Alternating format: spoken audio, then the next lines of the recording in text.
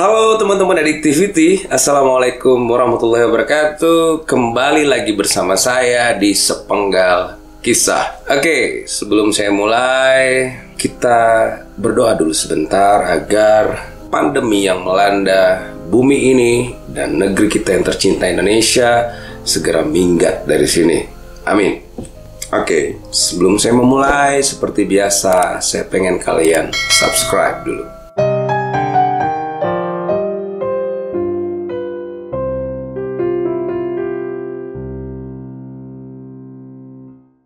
Begini kisahnya teman-teman Addictivity. Ada seorang laki-laki, dia pejudi. Dia pulang ke rumahnya di siang hari supaya dia bekerja. Dia pegawai negeri, dia juga ketua pemuda di daerahnya. Tapi hari itu dia pulang di siang hari. Mungkin dia bolos kerja. Dia pulang di siang hari dan membawa hasil judi pulang ke rumahnya. Lalu kemudian dompetnya ditaruh di atas meja dan dia pengen mandi sebenarnya. Sebelum dia mandi, istrinya datang tiba-tiba. Lalu ngomong ke suaminya. Dia bilang, "Pak, susu anak-anak sudah habis dan kita butuh juga buat makan." Terus si suami bilang begini, "Saya nggak punya uang." Si istri karena melihat dompet tergeletak di atas meja dan isinya memang penuh, uangnya banyak. Lalu dia bilang begini, "Saya lihat di atas meja ada uang di dompet kamu. Kenapa bukan itu aja yang kita pakai untuk beli susu dan makanan?" Lalu sang suami menjawab dengan tegas, "Tidak, uang itu tidak layak untuk kalian konsumsi. Uang itu tidak layak untuk dibelikan susu dan makanan buat anak-anak." Dia berpesan ke istrinya untuk sabar sebentar, untuk dia pergi keluar untuk mencari pekerjaan. Dan akhirnya si sang suami tidak ingat lagi mandinya. Dia fokus, dia berpikir bagaimana caranya dia mendapatkan uang yang dia janjikan buat anak dan istrinya. Lalu dia bergegas keluar, dia pergi ke suatu tempat di mana dia tahu bahwa di tempat itu bisa memberikan dia pekerjaan. Dia datang ke sebuah gudang besi tua. Dan dia berusaha untuk mencari si pemilik. Kebetulan pemiliknya ada di tempat. Setelah dia bertemu dengan si pemilik gudang, dia memohon untuk diberi pekerjaan hari itu. Dia bilang, "Meng, saya butuh pekerjaan hari ini. Saya butuh uang hari ini." Kenapa Meng? Kebetulan nama si pemilik gudang besi tua itu adalah Ameng dan dia dari ras Chinese. Lalu dengan heran si pemilik gudang besi tua bingung melihat si suami tersebut. Kenapa? Karena dia tahu bahwa si laki-laki ini sebenarnya adalah pegawai negeri. Dia juga ketua pemuda. Heran dong dia, ini butuh uang buat apa? Gaji ada gitu.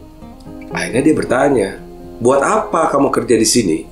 Buat apa kamu harus mengangkat besi-besi tua itu untuk dinaikkan ke atas truk?"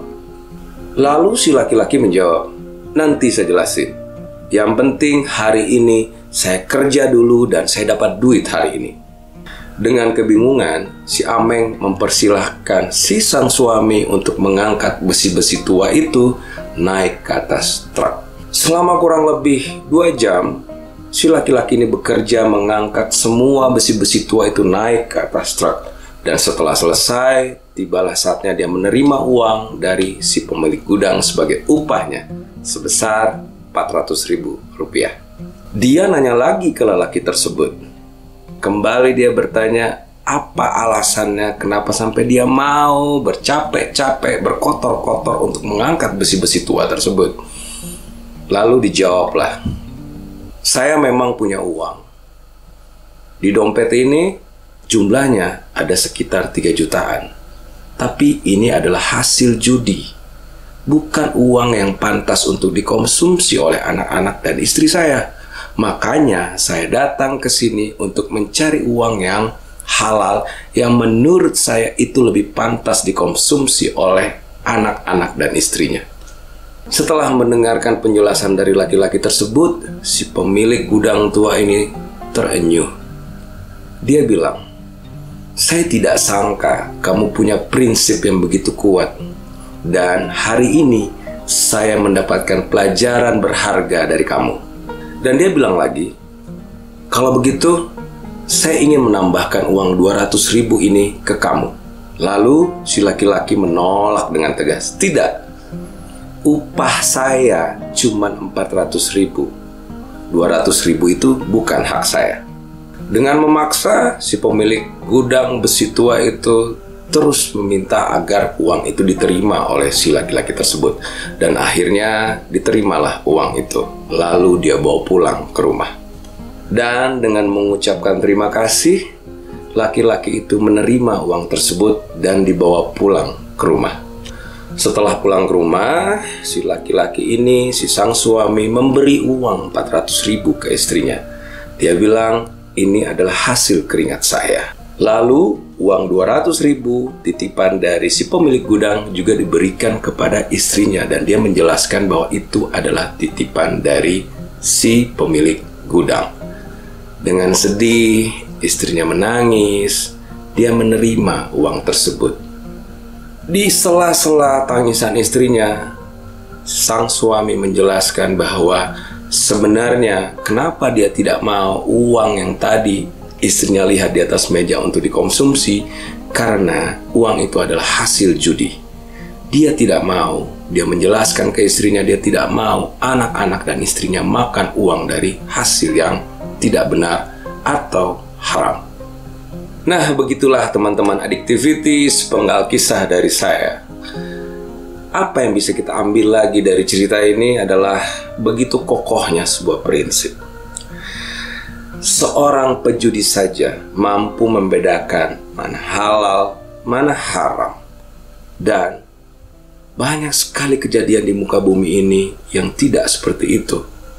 Banyak contoh yang bisa kita lihat bagaimana orang-orang mencampur adukkan mana halal, mana haram. Mereka berani memberi anak-anak dan istrinya satu hal yang harusnya tidak pantas untuk dikonsumsi, sesuatu dari hal yang haram. Bayangkan, yang saya tahu dalam agama saya bahwa apabila kita memberi makanan berasal dari sesuatu yang tidak pantas atau haram, itu akan menjadi darah di dalam tubuh kita, dan akhirnya nanti di neraka akan menjadi minyaknya api neraka. Saya tidak tahu dan tidak bisa membayangkan itu bagaimana kalau kita mau melakukan itu kepada anak dan istri kita. Dan satu hal lagi yang bisa kita ambil atau kita petik hikmah dari sini, sebuah pelajaran yang bisa kita ambil bahwa kita hidup tidak bisa sendiri. Kita hidup beragam. Ada ras yang berbeda, ada agama yang berbeda. Begitu juga dalam cerita ini, bagaimana dia, si laki-laki adalah seorang muslim yang minta pertolongan kepada seorang yang mungkin agamanya berbeda dengan dia, rasnya pun berbeda dengan dia. Tapi orang tersebut juga mau menolong dengan senang hati. Oke teman-teman Addictivity, sekali lagi semoga kalian sehat semuanya. Sampai ketemu lagi di sepenggal kisah bersama saya. Assalamualaikum warahmatullahi wabarakatuh.